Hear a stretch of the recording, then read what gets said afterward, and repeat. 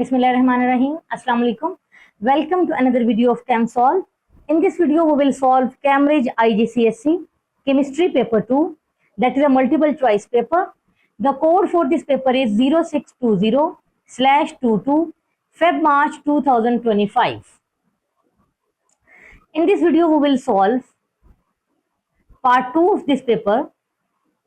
That is from question number 19 to question number 40.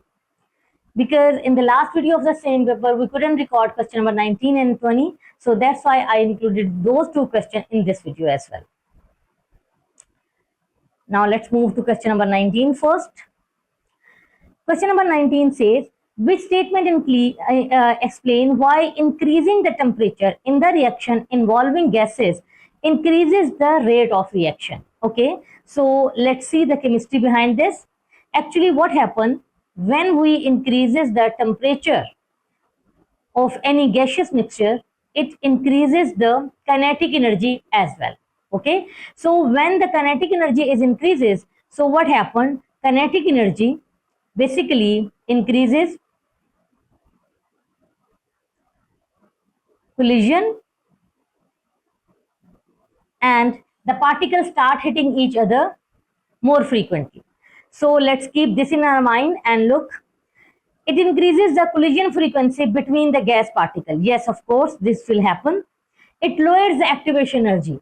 Temperature, nothing to do with the activation energy. This is the job of the catalyst. So, of course, this is not our option. It increases the kinetic energy of the particle. Of course, we just have discussed that by increasing the temperature, actually the kinetic energy of the particle also increases. It increases the number of the gas particle per unit volume. Not at all. It happens when we increase the concentration instead. So this is not our option as well. So the correct statements are statement number 1 and 3. That's why the option for this question is option A. Okay. The equation for the reaction between ammonia and oxygen is given. That is a Haber process. We know this is Haber process. Okay.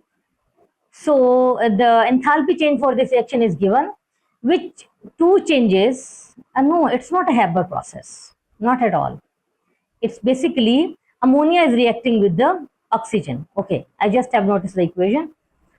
So what changes to the reaction condition will both move the position of the equilibrium to the right. We want the reaction to turn towards right. Right means towards the product side. Okay, let's see. This is exothermic process. Okay, from the delta H we know that this is exothermic process. So what happens?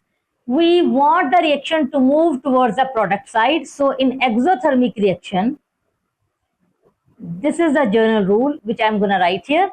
In exothermic reaction, if we decrease the temperature, it will move the equilibrium towards right. So this is an exothermic process. Exothermic process means the reaction which involves the release of the heat. So the temperature should be released from the reaction. Temperature should be lowered. So we need to decrease the temperature.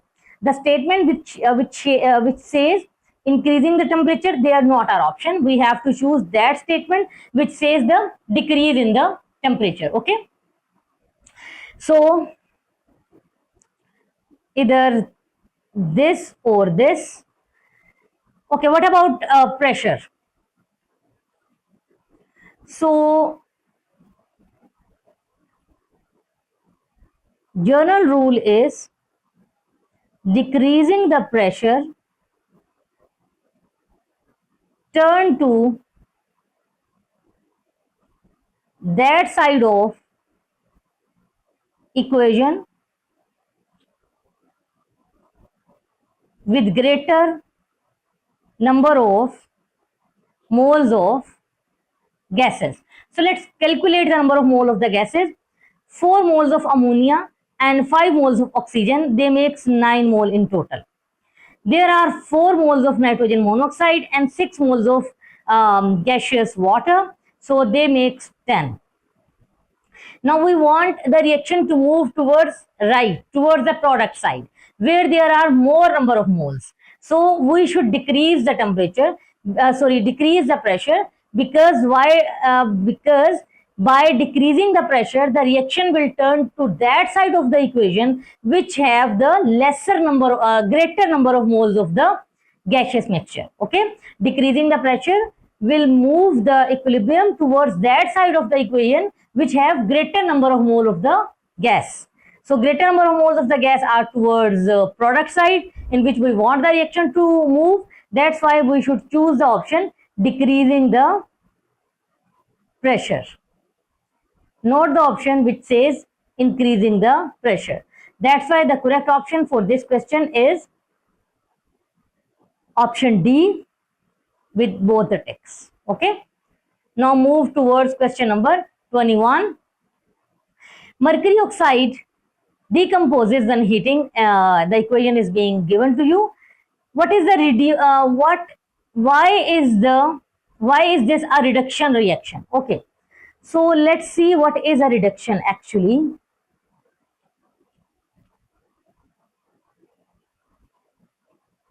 We know 3 definition of reduction. What are these?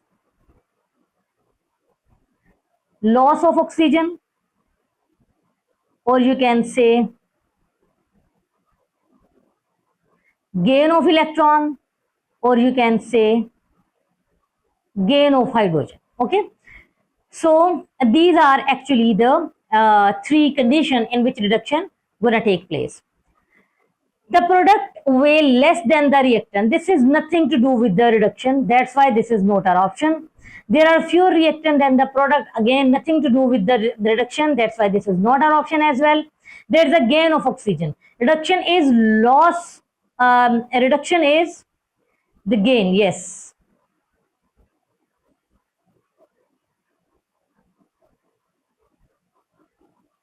Okay, so reduction is basically the loss of oxygen, not the gain of oxygen. That's why this is again the wrong option.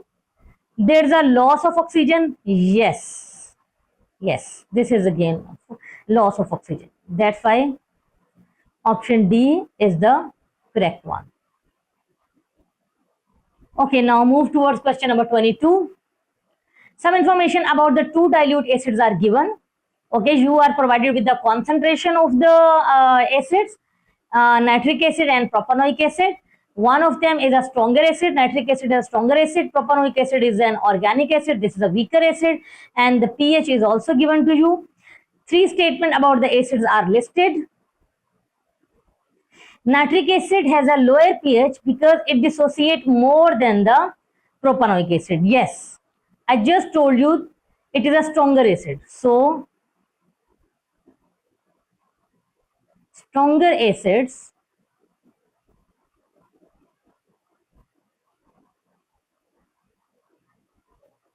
completely dissociate. So this seems to be the correct statement. Propanoic acid has a lower concentration of the hydrogen ion than nitric acid. Okay, so stronger acids completely dissociate and give all hydrogen ion, while weaker acids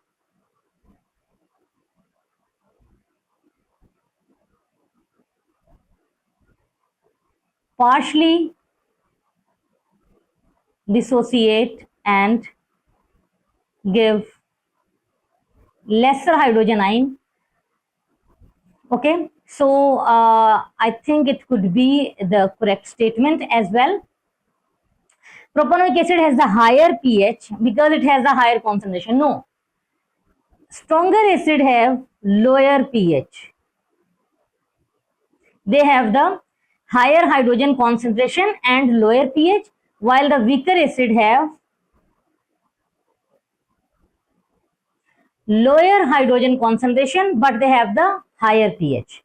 So this is not the correct option. That's why the correct option is option A. Okay. Question number 23. Element E is a metal in the group 1 of the periodic table, and element G is a non-metal of the group 7, right? Both of these elements form the oxides. Okay, they react with each other and they are gonna form the oxide. Okay, so let's see what is the chemistry behind this question. Group 1, oxides are acidic or basic. Group 1, that is a metal, so metallic oxide are basic. Metallic oxides are basic, while non-metallic oxides are acidic. Okay, so we can't say that both of them are acidic or both of them are basic. We can't say them because one of them would be basic and the other, that is a non-metal, it would be acidic. The oxide of E is acidic. I just write oxide of E is basic. It is not acidic. And oxide of G is basic. No, oxide of G is acidic. So this is incorrect. Oxide of G is acidic. Yes, G is acidic. E is basic. Yes. So this D is the correct option. Question number 24. Lead sulfate is an insoluble salt. Which method is suitable for obtaining the solid lead sulfate? Okay, so when the salt is insoluble, then we don't crystallize it. So the option which says crystallization take place, these are the incorrect option. So I just removed the option B and D. They aren't correct, and I have to select those options which can lead to the formation of the insoluble salt. Okay, now look at option A. Mix lead nitrate and aqueous potassium sulfate. Okay, so what will happen? Lead sulfate will form and potassium nitrate will form. Okay, ठीक है. Heat to evaporate all of the water. Okay, collect the solid and then wash. What is missing here? Filtration is missing here.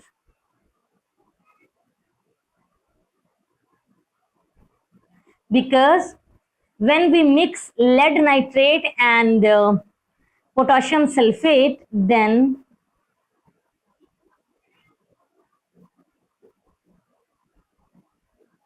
we have to filter it. The insoluble salt, that is lead sulfate, it will remain here, and the soluble salt, that is potassium nitrate, in this situation it will be here as a filtrate. So what we have to do? We have to filter the residue. Collect the filtrate, filter, and then wash and dry the residue. So I believe option C is the correct one. Question number 25. The element of oxygen and sulfur are in the same group of the periodic table. Which statement about oxygen and sulfur is not correct? Okay. So they are in the group 6. So that's why they are, of course, the metals. This is correct statement. They have giant covalent structure. No. Giant covalent structure are from group 4, carbon, silicon. So this is incorrect. They have the 6 electron in the outer shell. Yes, of course, because they belong to the group 6, and we know the group number is same as the outer shell electron number. So this is correct. They react together to form the acidic oxide. Yes, they can either form sulfur dioxide or they can form the sulfur trioxide. So both of them are the acidic oxide because they are non-metallic oxide. And always non-metallic oxides are acidic. So all three options are correct except option B. So this is the correct answer. Question number 26. Tennessine is at the bottom of the group 7. Group 7 of the periodic table. What are the predicted properties of the tennessine at the room temperature? Okay, so let's see in journal what are the properties of the halogens when they move down the group, when we move down the group in the group 7. So what happens? Their color get darker. Okay,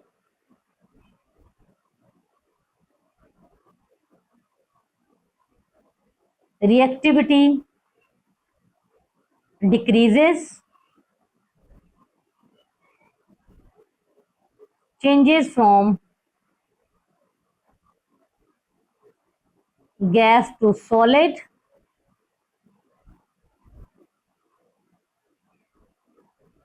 density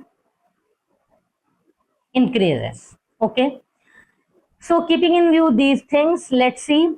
Black solid, of course it would be solid because it is the last element. More denser, of course density would be more because density is increasing down the group.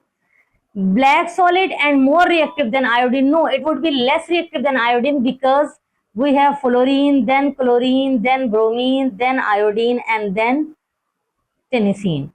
So iodine is above tennessine. That's why tennessine should be less reactive, not more reactive.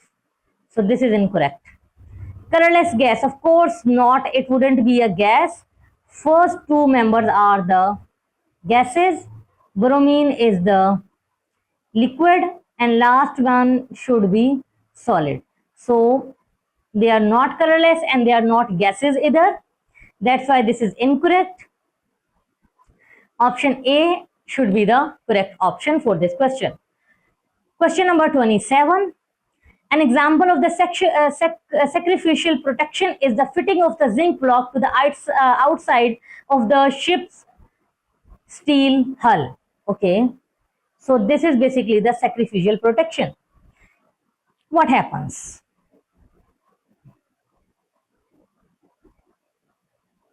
We take zinc. Okay, no, not zinc. This is iron. So we take iron and we make a barrier of zinc around it. Now zinc is more reactive than iron, so it will lose electron readily as compared to iron, and it will react and it will sacrifice itself in place of the iron. So zinc is more reactive, yes. It loses electron more easily, yes, it could be the correct option. Zinc is less reactive, of course not. Zinc is less reactive, of course not. Zinc is more reactive, yes, and it gains electron. The metals which are more reactive, they lose electron more readily. They lose electron easily as compared to the other that is not reactive. So they do not gain. Gaining the electron is the property of the non-metal. It's not the property of the metal. So C is not the correct option. The correct option for this question is A. Question number 28. Which statement about alloys is correct? Okay, so let's see what are alloys. Alloys are the mixture of metal with other metals or sometime non-metal as well, like carbon. So alloys are harder. Yes, they are harder than the pure metal because they contain strong intermolecular forces. No, because they contain different size of the atom, and they fill up the spaces. So first part of the question is correct, but second part is not correct. Brass is an alloy containing mainly copper and tin. No, copper is correct, but tin is not. The different size atom in an alloy means that there are the layers cannot easily slide over each other. Yes, because when there are different size of the atom are present, so what happens, it makes the layer a bit harder to slide over each other.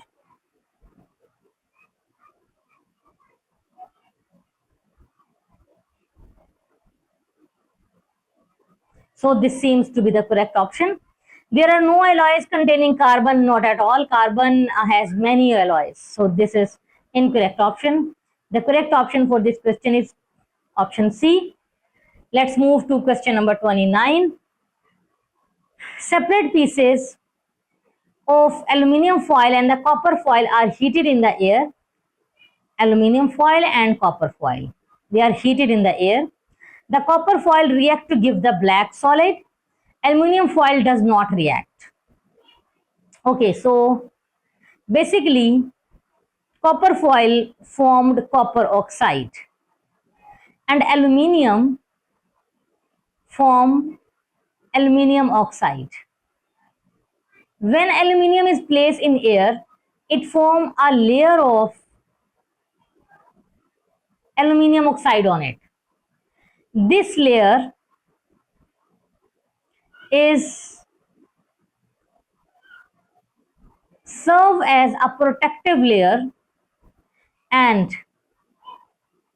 it do not let the air, oxygen or water to penetrate through, and it makes harder for the aluminium to react. Okay, so this happens basically. Aluminium forms a layer of the aluminium oxide on it, and this layer do not let to penetrate the other things deep into the aluminium, and it protect the aluminium. Basically, it do not let the aluminium to react with anything further. So aluminium has unreactive layer, but copper does not. Yes, it seems to correct. Aluminium is below copper. No, aluminium is above copper. Copper is much lower than aluminium in the reactivity series. Copper reacts with moisture in the air, but aluminium does not. Both of them react, but aluminium, I just told you that aluminium forms the protective layer of the aluminium oxide on it. Copper reacts with nitrogen in the air and aluminium does not. No, this is not the case. So the correct option for this is option A. Which row gives the symbol of the symbol equation for the formation of the carbon monoxide and for the reduction of the iron oxide in the blast furnace? Okay, so before looking at the option, let's see that what actually happens in the blast furnace. So carbon first react with oxygen and it form carbon dioxide. Then this carbon dioxide react with further carbon and it form carbon monoxide. Then this carbon monoxide react with the iron ore, iron oxide, and it reduces the iron and form carbon dioxide again. So these are the actual equations which are going to take place in the blast furnace. So let's see and then match them with our own options. Carbon plus oxygen, carbon monoxide. No, carbon plus oxygen makes the carbon dioxide. So this is incorrect. In this equation, the formula of the iron oxide is incorrect. Carbon monoxide plus carbon, they form carbon monoxide, yes. But again, here the formula is incorrect for the iron oxide. Carbon plus oxygen make the carbon dioxide. Yes, it happens.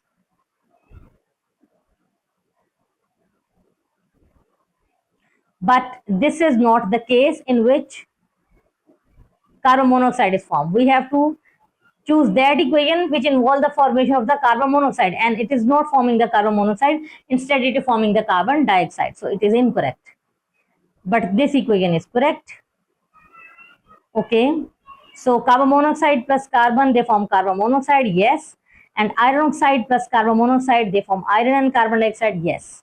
So the correct option for this question is D. Moving towards question number 31. A sample of the river water contain a higher concentration of nitrate from the fertilizers. Okay. It has higher concentration of the nitrates. It has a boiling, which statement are correct? It has a boiling point of 100. Not at all. Because we have added some impurity into the water, and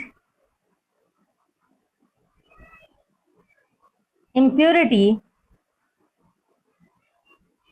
increases the boiling point and decreases the melting point.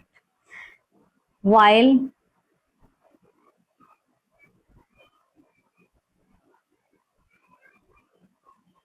pure substances has fixed melting point and boiling point. But now when we have added nitrate into the water, so it is no longer pure. That's why its boiling point wouldn't be exactly 100 like a pure water. So this is incorrect. It has melting point that is below 0 degrees Celsius. Exact melting point for the water is 0 degrees Celsius. So when we have introduced an impurity in it, so of course the introduction of the impurity will lower the melting point. That's why this is the correct statement. It turns anhydrous cobalt chloride from pink to blue. Actually, anhydrous cobalt, when added to water, it turns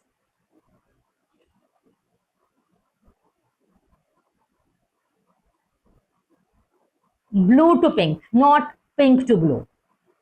And it turns anhydrous copper sulfate from white to blue. Yes, this is correct. That's why the statement 2 and 4 are the correct one. The correct option for this is option D. Okay, so question number 32. Which statement about the treatment of the domestic water supplies are correct? Domestic water supplies. Which statement is correct? So let's see the statement one by one. The water undergoes sedimentation to remove the dissolved solid. No, sedimentation is done to remove undissolved solid. So this is incorrect. The water is filtered to remove insoluble solid. Yes, this is correct. The water is treated with the carbon to improve the taste. Yes, carbon or charcoal is added to the water to remove the color and odor. That's why the taste, of course, increases. The water is chlorinated to decrease the pH. No, chlorine is added to remove the germs, to remove the microbes. So this is incorrect. The correct option for this question is option C.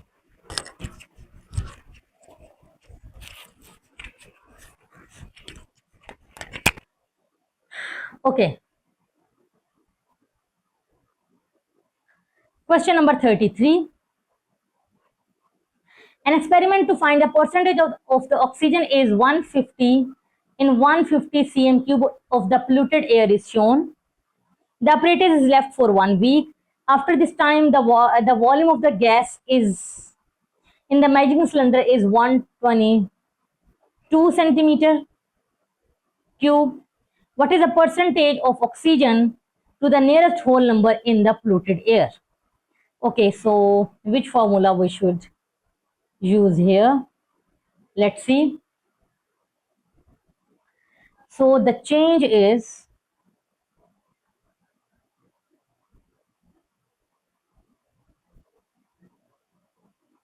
change in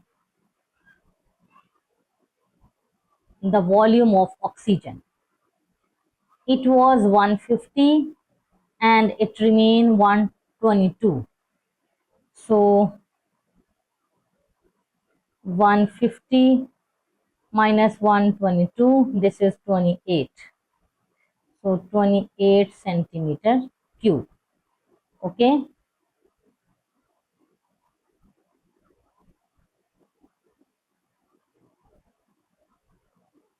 Initial volume, that is 150 cm cube. So what is the percentage of oxygen? It must be 28 divided by 150 multiplied by 100. So let's calculate it. 28 divided by 150 multiplied by 100. So answer is 18.6. This is 18.6%. But we have to take the answer. We have to calculate the answer to the nearest whole number. That's why 18.6 will be rounded it off to 19%. So option A is the correct one. Question number 34. Nitrogen monoxide and carbon monoxide are both removed from the exhaust gases of the car by catalytic converter. Which statement describe how nitrogen monoxide and carbon monoxide are removed from the catalytic converter? So before looking at the option, let's see that what actually happened within the catalytic converter. Carbon monoxide is oxidized and it changed to carbon dioxide. Okay, this is the first thing that happened. Nitrogen monoxide, so this is basically oxidized. Nitrogen monoxide is reduced like this.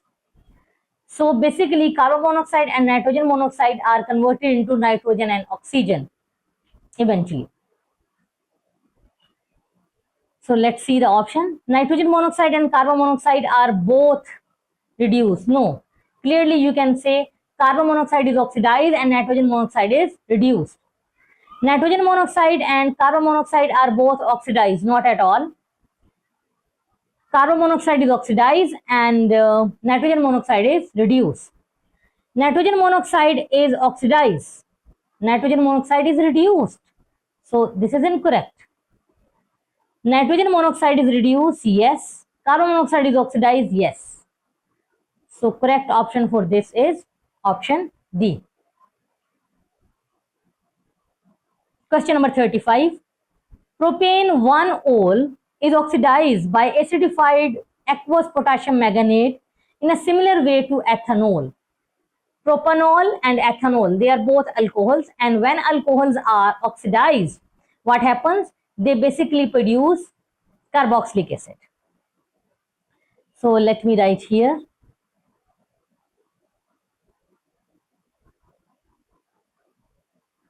Alcohols upon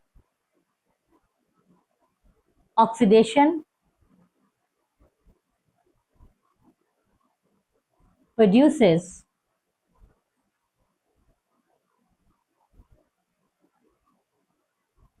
carboxylic acids.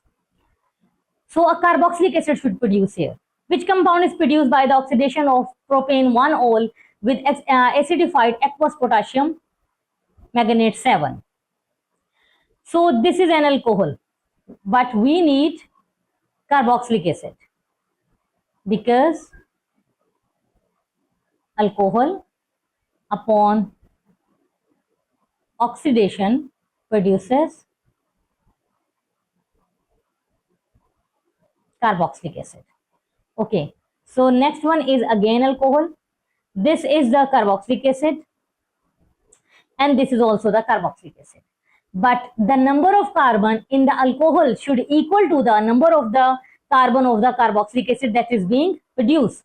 So we are going to use propane. Propane means there are 3 carbons, while here in option C there are only 2 carbons. So that's why this is incorrect. And option D, there are 1, 2 and 3 carbons. So this seems to be the correct option. Okay, question number 36. The structural formula of the methyl propanoate. Methyl propanoate is this.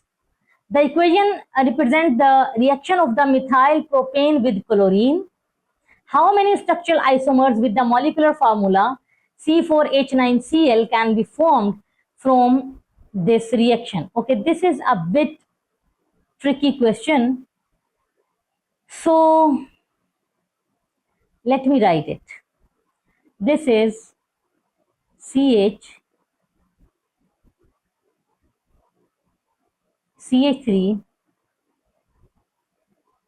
CH3 and CH3.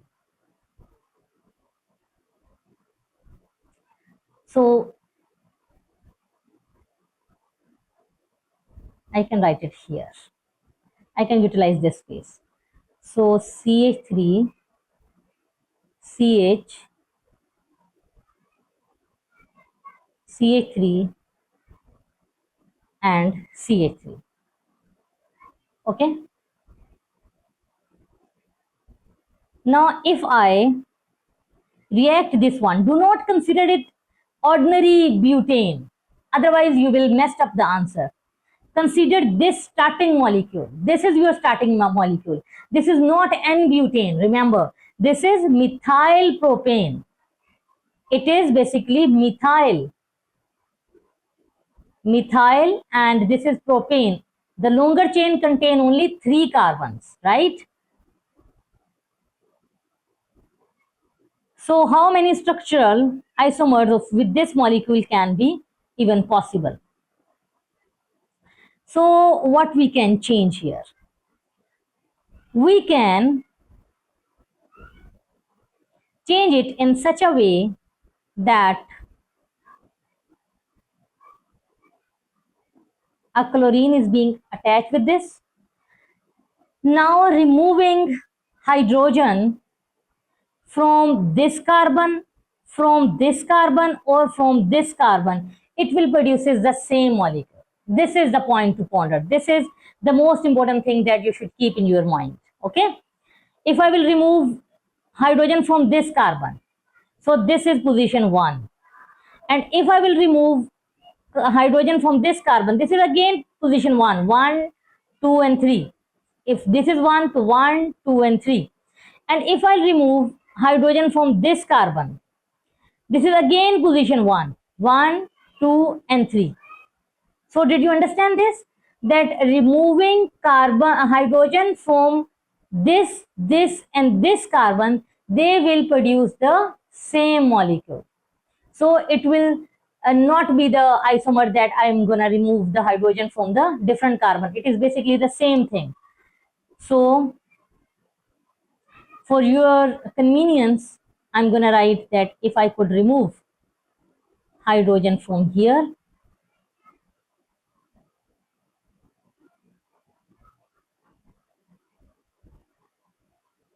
or otherwise I can remove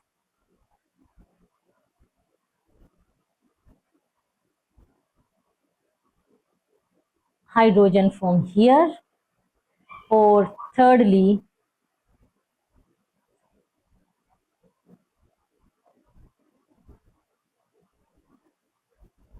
I'm going to remove hydrogen from here.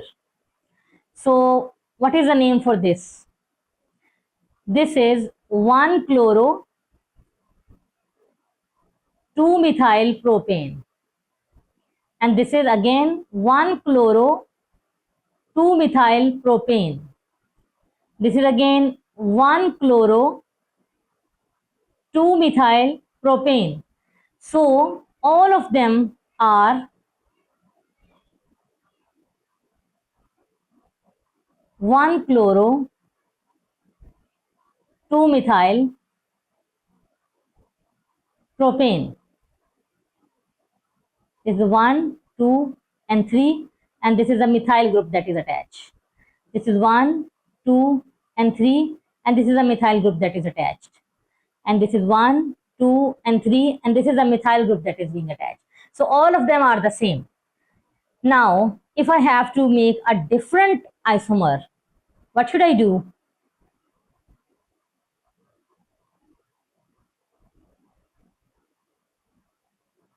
The only option is that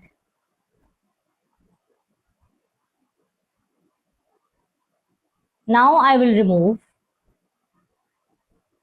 this hydrogen. Okay?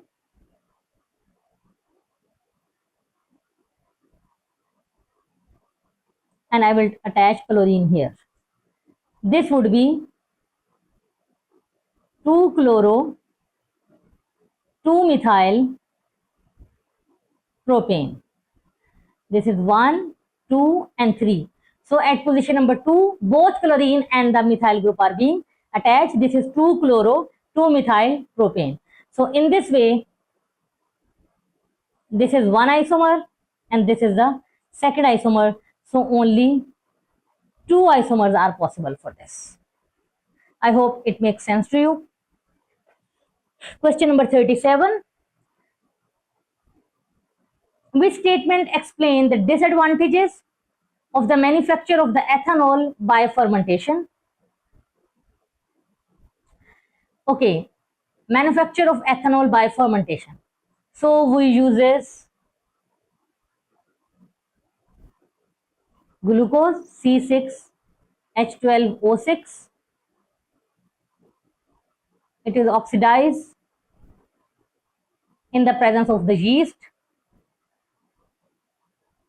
and it produces C2H5OH plus carbon dioxide. This is the whole process.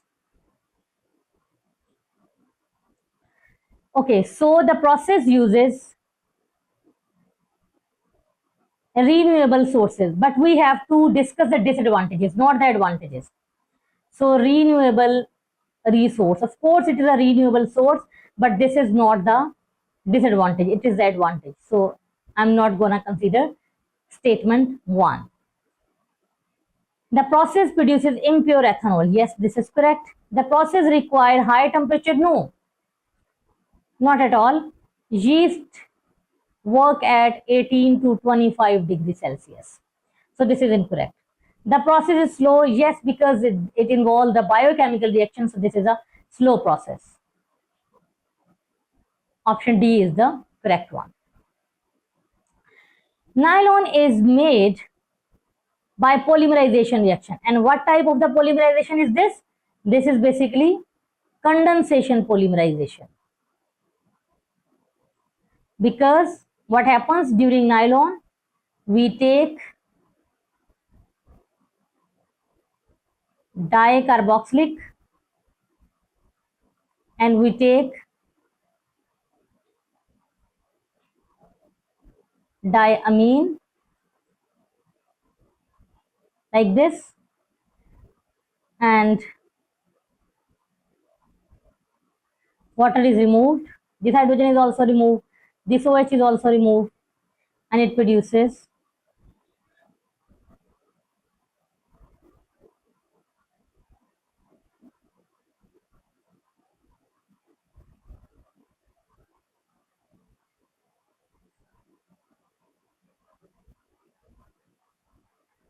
and plus a water molecule is removed from here. So this is not the addition polymerization. This is of course the condensation polymerization.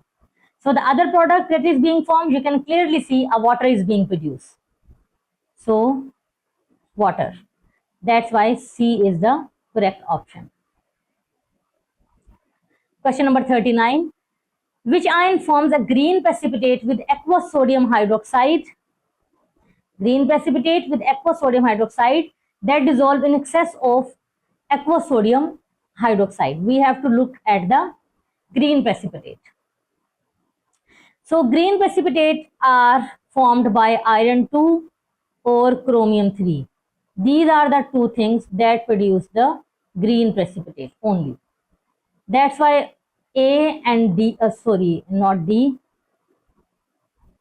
A and C are the incorrect option. We have to choose between B or D, right? So now the next part says that dissolve in excess of aqueous sodium hydroxide. So it couldn't be D. Why? Because it do not dissolve in excess of sodium hydroxide, and we need the one that dissolves. So that's why the correct option would be B. Now the last part of the paper, that is question number 40. A mixture of the soluble substances can be separated by paper chromatography. Each substance can be identified using the RF value. Which formula shows how the RF value is calculated? We all know that this is a very simple question. It is basically the distance traveled by the substance, the solute, divided by the distance traveled by the solvent front. So it is a factual question. The correct option for this is B. Now this paper has been completed. Thank you so much for watching. Allah Hafiz.